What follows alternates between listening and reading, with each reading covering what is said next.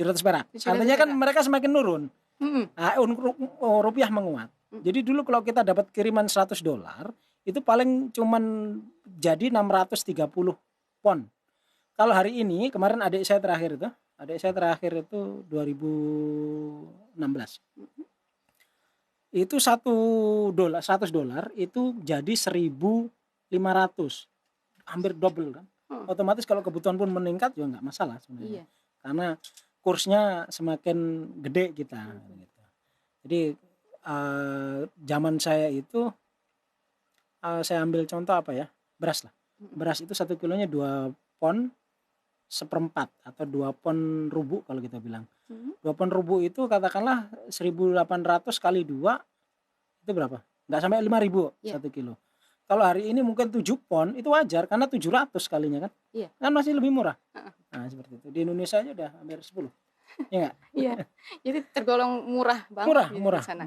Murah. Dan rata-rata mahasiswa Indonesia yang di sana itu jarang yang beli. Zaman saya itu hampir semua mahasiswa pasti masak. Jadi lulusan alumni Al-Azhar pasti bisa masak. Zaman saya maksudnya. Saya nggak tahu ini udah dari Zaman sekarang nggak tahu nih. tahu. Nah lanjut Ustadz, gimana kalau misalkan ada juga nih, Hmm. ada mahasiswa Indonesia yang coba-coba karena dia memang suka dengan berwirausaha.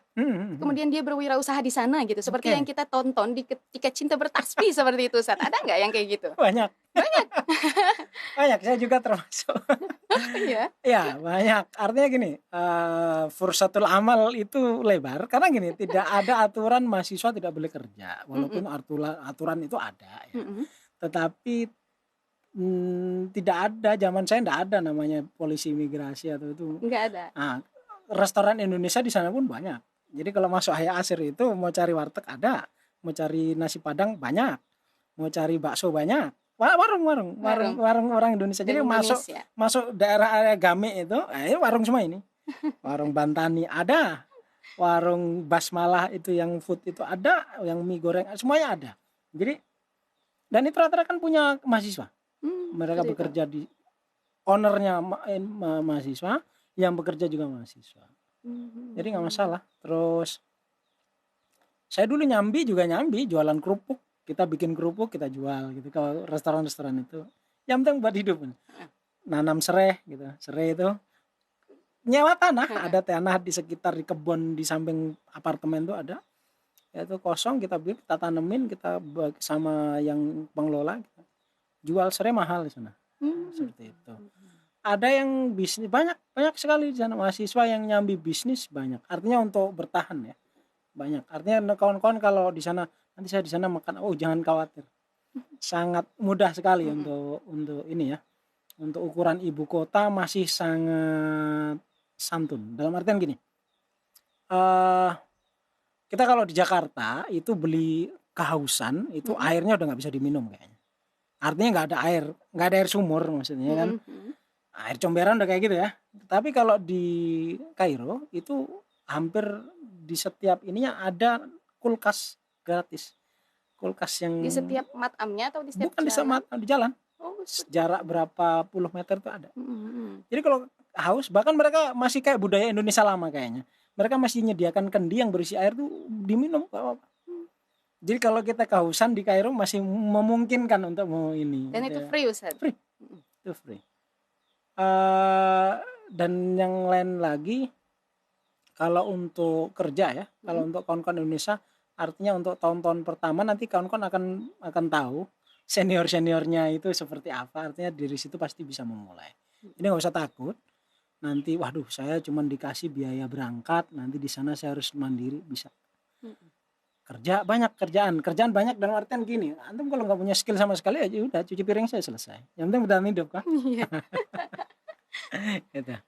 Untuk sosialnya sendiri Ustaz di sana seperti apa? Untuk sosial yang jelas nanti ketika untuk mahasiswa baru pasti akan ngumpul di salah satu area. Di sana ada namanya Hayya Asir. Itu mahasiswa Indonesia jadi satu di situ. Itu kalau udah masuk ke situ ya walaupun mu'awam atau majoritinya itu masih orang Mesir, cuman orang Indonesia rata-rata di situ. Hampir semua rumah kekeluargaan di sana itu kan sifatnya kekeluargaan ya. Kekeluargaan misalnya ke rumah keluarga Jawa Timur, Jawa Jatim. Rumah keluarga Jawa Tengah namanya KSW, kelompok studi Wali Songo. rumah keluarga Madura, Fosgama. Ada, mereka ada apartemennya sendiri. Keluarga Riau, itu pun udah hak milik, sudah dibeli. Riau itu di Samin. Lombok ada, Jakarta ada KPJ. Artinya udah terbentuk itu, dan itu adanya di satu distrik itu. Jadi enggak usah inilah, kalau dulu istilah kawan saya bilang membangun Indonesia jauh. Membangun Indonesia jauh. Provinsi ini ya. Provinsi Indonesia jauh, cabang Hayal Ashir dulu bercandanya seperti itu. Jadi enggak ada khawatir sih kalau masuk Mesir udah kayak Indonesia kedua lah. Enggak akan, semua orang pasti akan merasa seperti itu karena mahasiswa Indonesia banyak. Gitu. Tapi untuk orang Mesirnya sendiri Ustadz, kira-kira apakah tindak kriminalnya lebih seperti apa? Ibu kota ya, jadi gambaran ibu kota seperti itu, tapi untuk orang Mesir hampir hari ini masih aman. Karena untuk perempuan juga masih sangat aman di Kairo. Perempuan aman. Jadi kalau misalkan kita berangkat tanpa ada mahram itu enggak apa-apa? Aman. Saya berangkat, adik saya perempuan, lulus di sana juga aman, enggak ada masalah. Bahkan aman, saya pikir. Untuk perempuan jalan sendiri malam itu enggak apa-apa, Ustaz? Zaman saya semenjak revolusi itu mungkin ada peraturan ya. Karena saya revolusi saya udah di Indonesia. Ketika setelah revolusi itu kan sempat ada jam malam itu. Itu mungkin akan ada perubahan. Saya belum pernah kembali ke sana lagi semenjak revolusi itu. Artinya kalau untuk perempuan malam ya mungkin harus ditemani lah. Tapi kalau untuk mayoritas kehidupannya perempuan di Kairo aman. Aman. Jangan malam-malam maksudnya, jangan jam 1 sendirian gitu kan. Gitu. Untuk untuk apartemen sendiri, perempuan dengan maksud saya mahasiswa Indonesia dengan mahasiswa Indonesia lagi atau campur? Biasanya karena kita ini nyaman dengan orang sesama kita, nggak mungkin. Jarang ada beberapa itu yang tinggal dengan mahasiswa yang lain. Tapi kan mereka udah akrab sekali. Mu'zam atau majoritinya orang Indonesia ya tinggal sama orang Indonesia, mereka nyewa apartemen. Jadi hampir kayak kita kuliah di Jogja aja. Yuk nyewa rumah bareng-bareng yuk, kita tinggalin satu kamar, misalnya dari satu rumah ada 4 kamar. Ya udah bagi 4 aja selesai. Kalau di sana kan gitu, misalnya ada satu apartemen ada 3 kamar tuh. Kalau satu kamarnya mau ditinggalin satu orang ya apa, kalau 2 orang berarti kan muat 6 orang itu. Biayanya dibagi 6 plus listrik dan yang lainnya plus biaya makan misalnya. Karena makan masak sendiri otomatis biaya kehidupan, biaya belanja dan yang lainnya. Itu biasanya sih. Oke Ustadz, kira-kira ada nggak sih Ustadz penyemangat gitu dari Ustadz untuk teman-teman semua yang mau melanjutkan studinya ke luar negeri gitu, misalkan teman-teman harus apa seperti itu. Untuk yang mau atau berminat bahkan untuk punya cita-cita, Mesir pertama, keunggulan Mesir ya dari apa yang saya baca dan apa yang saya lihat selama ini. Keunggulannya pertama, manuskrip dan literaturnya, referensinya luar biasa. Mesir nggak usah ditanyakan, kita punya Mesir itu punya referensi yang sangat-sangat cukup lah. Kalau kawan-kawan memang mau mencari referensi dalam buku-buku, maktabah, perpustakaan dan yang lainnya itu, Mesir sangat lengkap. Itu satu. Yang kedua, sistem pembelajaran di Al-Azhar walaupun dikatakan itu masih sistem tradisional, katrok ya, karena zaman saya itu enggak ada, kampus itu enggak punya komputer. All manual. Jadi enggak tahu kalau sekarang ya. Zaman saya itu belum ada, masih kartu mahasiswa itu kan kalau kita kan cetak kayak ATM, sana enggak ya, kayak kartu desa itu aja di tanda tanganin, nanti kita harus laminating sendiri. Rusak ya selesai gitu. Artinya seperti itu. Berkas itu sendiri kalau kita masuk ke pemberkasan di Masiho itu ada namanya di pemberkasan itu di Haisadis itu. Itu berkasnya itu masih rak-raknya itu harus bawa tangga itu yang didorong, itu harus naik ke sana. Dan itu yang bikin saya kagum sebenarnya. Al-Azhar dengan sistemnya yang seperti itu dia benar-benar manual dan itu masih terjaga sampai hari ini, mungkin masih terjaga.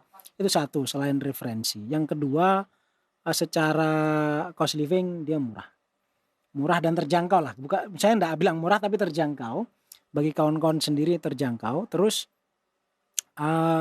karena milieu yang terbentuk dari tahun ke tahun, dari puluhan tahun yang lalu, mahasiswa itu jarang ada yang makan di restoran, maka biasanya makan mereka masak. Mm-mm. Artinya yang tidak bisa masak, akhirnya kebagian piket masak.